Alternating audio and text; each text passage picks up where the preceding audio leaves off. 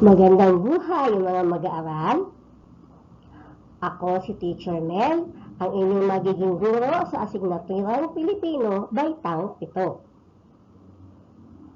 Sa araw na ito ay isang makabuluhang pagtalakay ang ating isasagawa.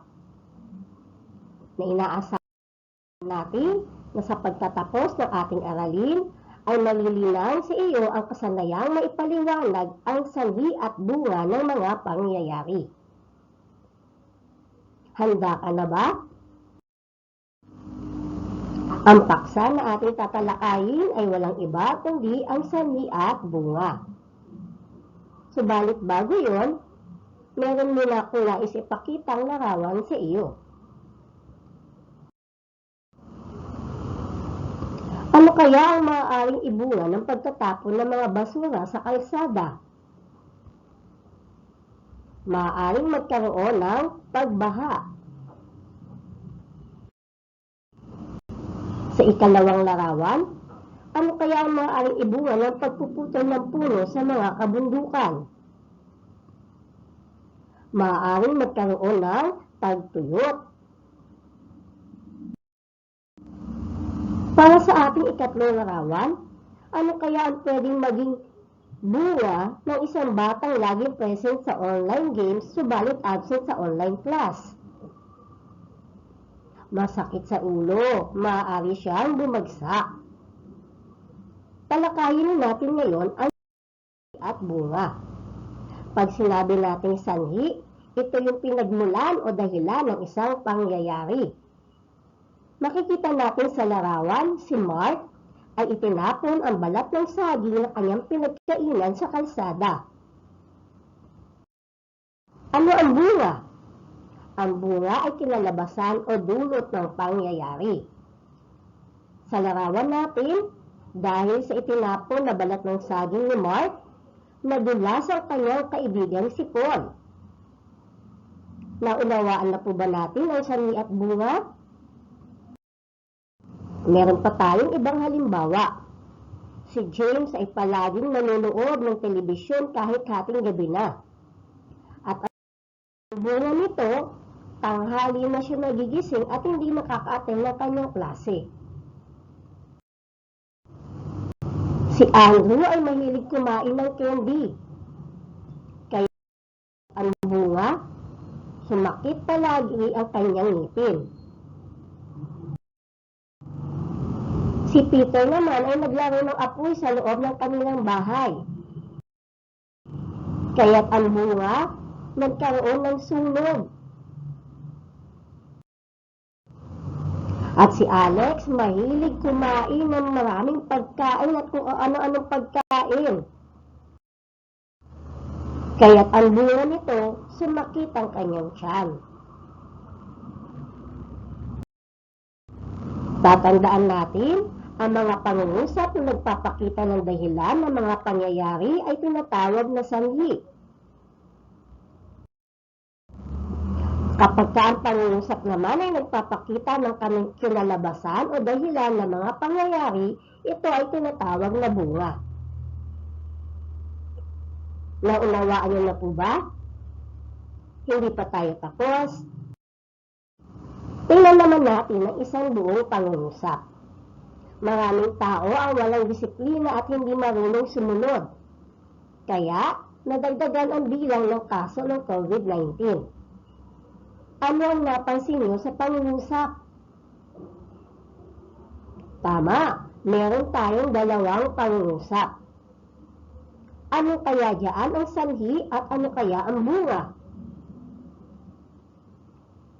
Mahusay. Ang unang pangungusap, maraming tao ang walang disiplina at hindi marunong sumunod, ito ang sanhi.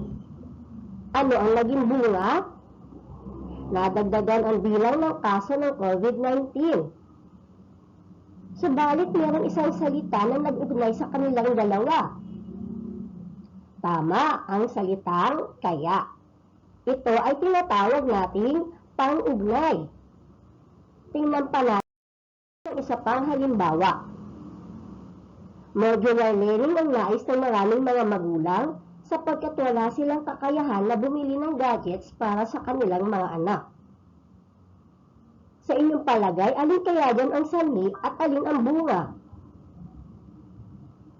Tama. Ang sanhi ay wala silang kakayahan na bumili ng gadgets para sa kanilang mga anak. Kaya't ang bunga, maraming modular learning ang nais ng maraming mga magulang. Anong pang-ugnay ang ginamit? Tama, ang salitang sapagkat. Tatandaan natin, ang pang-ugnay ay pinagdudugtong nito ang dalawang pahayag upang makalikha ng isang buo at mas malinaw na mensahe.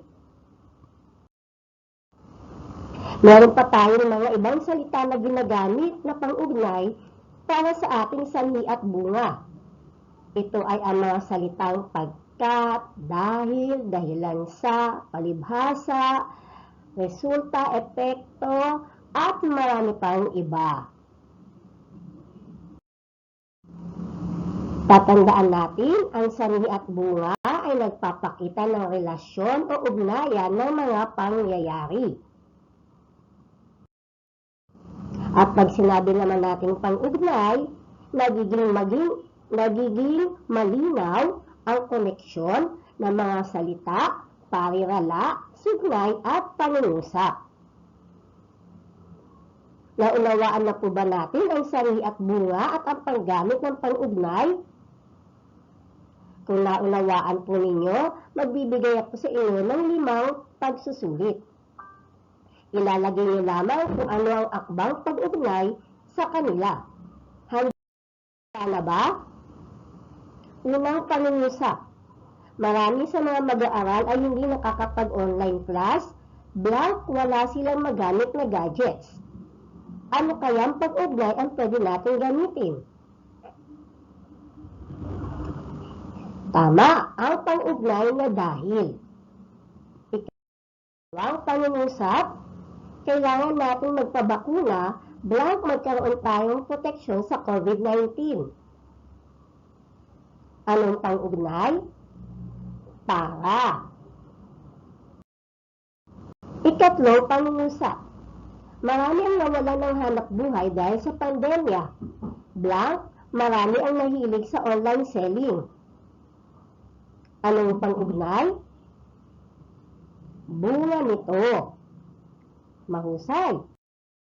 Ika-4, si Mayor Isko Moreno ay isa sa pinagigiliwan ng maraming Pilipino.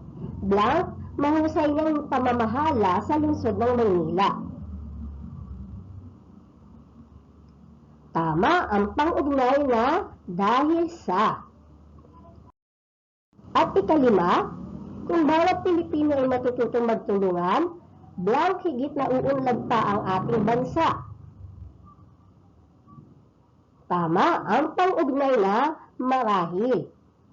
Naunawaan niyo na po ba ang mga tinalakay natin? Ang sanhi at bunga ng mga pangyayari? Kung sa English, tinatawag natin itong cause and effect. Ulit din natin, pag sinabi nating sanhi, ito yung dahilan ng pangyayari. Pag sinabi naman nating bunga, ito ang resulta o kinalabasan ng pangyayari. Maraming salamat sa pakikinig. Alam kong naunawaan ninyo ang ating tinalakay sa araw na ito. Magkita-kita tayo muli sa susunod na linggo para sa ating makabuluhang pagtalakay ng panibagong aralin.